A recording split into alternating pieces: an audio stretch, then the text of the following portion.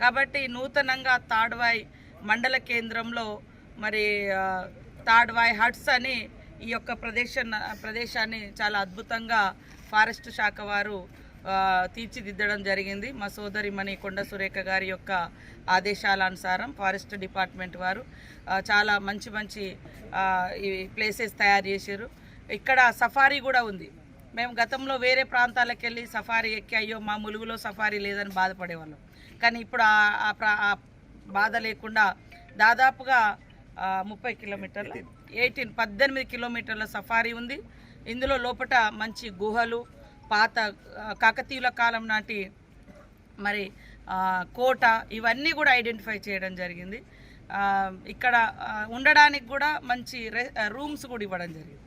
Hot water కూడా మనకి ఇక్కడ అంటే స్నానాలకు కూడా మంచి వేడి నీళ్ళు కూడా చలికాలం ఇవ్వడానికి ఉంది.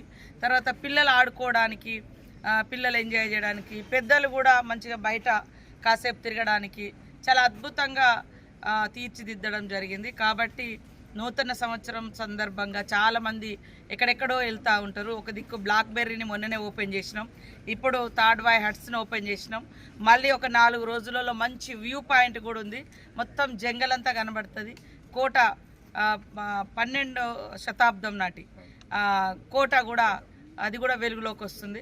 సో ములుగులో అడుగు పెట్టగానే ప్రతిదీ కూడా ప్రకృతి, అదేవిధంగా మరి ప్రాణవాయువు, ఈ రెండింటిని కలగలిపి చేస్తున్నటువంటి అందాలను అదేవిధంగా ఆహ్లాదాన్ని ఇచ్చే విధంగా టూరిస్టుల కోసం, సమ్మక్క సారలమ్మ భక్తుల కోసం తయారు చేయడం జరుగుతుంది.